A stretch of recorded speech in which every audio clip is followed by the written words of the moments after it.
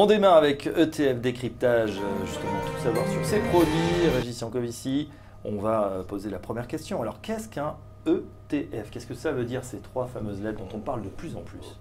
Vous avez raison, commençons par le début. ETF, comme vous l'avez dit, c'est un Exchange Traded Fund. Qu'est-ce que ça veut dire? C'est un fonds coté en bourse. Alors, ça ne dit pas tout sur ce que c'est, parce qu'on lui demande un peu plus de choses à ce fonds-là. On lui demande d'être indiciel. Et c'est une notion qu'on a bien dans le terme de tracker. ETF, tracker, c'est quasiment synonyme. C'est donc un fonds coté en bourse qui suit un indice. Voilà, donc ça suit, c'est-à-dire que si le CAC 40 grimpe, je dis de 2%, le tracker va faire exactement la même performance? Va faire strictement la même performance de 2%. Alors, on va pas trop affiner dès le premier jour, mais on peut quand même dire qu'il y a des trackers à levier. Mais pour rester basique, effectivement, l'indice fait 2%, le tracker fait 2%. Ben voilà, tout simplement. Des trackers, on en trouve sur quel type de produit? Sur quel type de sous-jacent? Tout produit coté, donc on trouve des trackers obligataires, des trackers actions, des trackers monétaires qui n'ont peut-être pas un grand intérêt aujourd'hui, mais qui ont pu en avoir et qui sait qui en auront peut-être demain. On trouve des trackers sur les commodities. Donc on est capable, avec un tracker, un ETF, de mettre en œuvre une gestion très peu risquée ou une gestion beaucoup plus ambitieuse.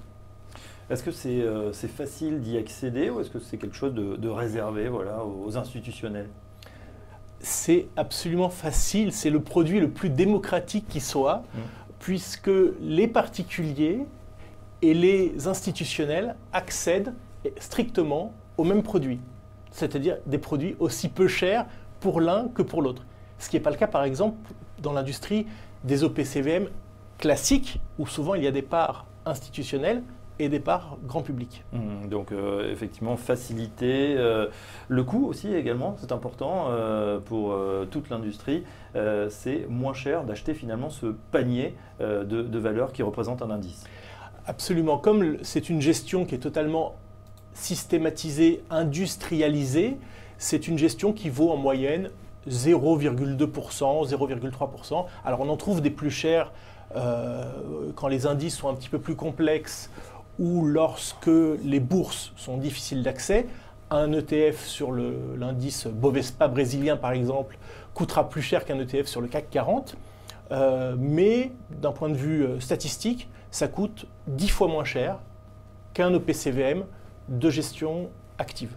Et voilà, donc c'est très intéressant pour les particuliers comme pour les institutionnels. La structure du libellé, justement, on a un exemple. Tiens, si on cherche un tracker, voilà comment ça se présente. Vous avez amené, Régis, la carte d'identité d'un tracker. Comment ça se lit? Expliquez-nous.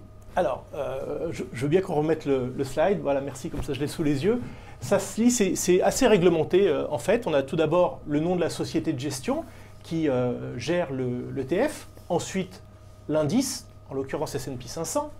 La devise de cotation, alors le Daily Hedge est là pour indiquer qu'il y a une couverture du risque de change qui est réalisée quotidiennement. UCITS, c'est là pour indiquer que l'ETF a le passeport européen et qu'il est donc autorisé à la commercialisation en France. Et on précise quand même que c'est un ETF. C'est ainsi que les produits en Europe, en tout cas, sont libellés. Et voilà, et justement, ça tombe bien parce que Lyxor est parmi nous, en la personne de Jérémy Tubiana. Bonjour Jérémy, Bonjour. Vous aviez une précision à apporter. Tout à fait, effectivement, quand on voit la notion de UCITS, donc du passeport européen, il faut bien indiquer que les ETF commercialisés en France sont également agréés par l'AMF comme un fonds traditionnel. Donc les ETF sont soumis exactement à la même réglementation, que ce soit en France ou au niveau européen. Voilà, en fait, il y a un peu deux mondes dans les ETF. Il y a les ETF autorisés à la commercialisation en France, qu'un conseiller financier peut recommander à sa clientèle. Et il y a les ETF qui sont non autorisés ou non UCITS. Et dans ces cas-là, le particulier peut très bien les acheter de lui-même, mais personne ne pourra les lui conseiller.